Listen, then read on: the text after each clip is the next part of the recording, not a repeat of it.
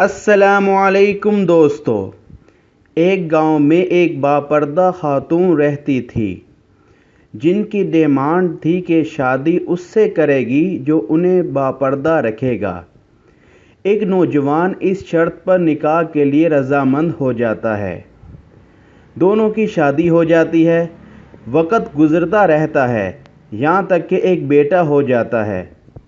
एक दिन शौहर कहता है कि मैं सारा दिन खेतों में काम करता हूँ, खाने के लिए मुझे घर आना पड़ता है, जिससे वक्त का ज़िया होता है।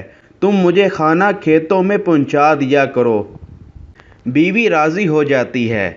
वक्त गुजरते गुजरते एक और बेटा हो जाता है, जिस पर शौहर कहता है कि अब गुजारा मुश्किल है, तुम्हें मेरे साथ खेतों में हाथ बटाना पड़ेगा। यूं वो बापर्दगी से नीम पर्दे तक पहुंच जाती है और तीसरे बेटे की पैदाइश पर उसका शौहर मुकम्मल बेपर्दगी तक ले आता है। वक्त गुजरता रहता है, यहाँ तक कि औलाद जवान हो जाती है। एक दिन यूं ही बैठे बैठे शौहर रोने लगता है। बीवी सबब पूछती है तो कहता है, बरा तू पर्दा पर्दा करती थी, आखिरकार तेरा पर्दा ख़त्म हो गया। क्या फ़र्क पड़ा पर्दे और बेपर्दगी का? ज़िंदगी तो अब भी वैसे ही गुजर रही है। वो बोलती है कि तुम साथ वाले कमरे में छुप जाओ, मैं तुम्हें पर्दे और बेपर्दगी का फ़र्क समझाती हूँ। शौहर कमरे में छुप जाता है। औरत अपने बाल बखेरे रोना पीटना शुरू कर देती है।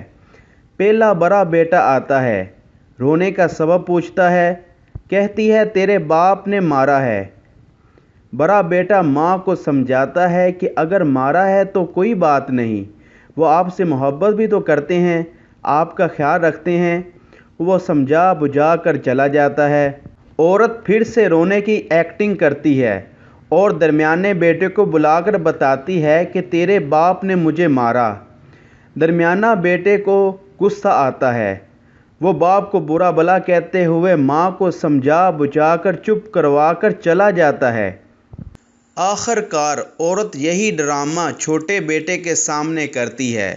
छोटा बेटा तो गुस्से से आग बगोला हो जाता है और ज़ोर ज़ोर से गालियाँ बकते हुए डंडा उठाता है और कहता है, अभी बाप की खबर लेता हूँ। फिर औरत शौहर को बुलाकर बोलती है कि पहला बेटा मेरे पर्दे के वक़्त पैदा हुआ तो उसने तेरा पर्दा रखा। दूसरा नीम पर्दे के ज़माने में पैदा हुआ तो तेरी आधी लाज रख ली। जबकि तीसरा जो मुकम्मल बेपर्दगी के ज़माने में हुआ तो वो मुकम्मल तौर पर तेरी इज़्ज़त का पर्दा उतारने आ गया, तो वो मुकम्मल तौर पर तेरा इज़्ज़त का पर्दा उतारने गया है। पर्दा औरत का फितरी तकाज़ा है, जो खालके मर्दो ज़न की तरफ से कायदा भी है, जिसकी बेशुमार हिकमतें खालिक ही जानता है। और ये दुनियावी कायदा भी है कि अगर आप किसी मशीन को चलाने के लिए कंपनी की हिदायत छोड़कर अकल से चलाने की कोशिश करेंगे तो मशीन की बर्बादी यकीनी है। यही वजह है कि जो लोग यानी मगरबी दुनिया ये तजर्बा यानी औरत की आज़ादी कर चुके हैं, इनसे पूछें कि आज वहाँ रेप का तनासुब क्या है। इनके माशरे में माँ, बहन, बेटी, बीवी को क्या मकाम हासिल है और फिर वहाँ की औलादें अपने वालिदैन के साथ क्या सलूक करती हैं, ये भी किसी से पोशीदा नहीं है।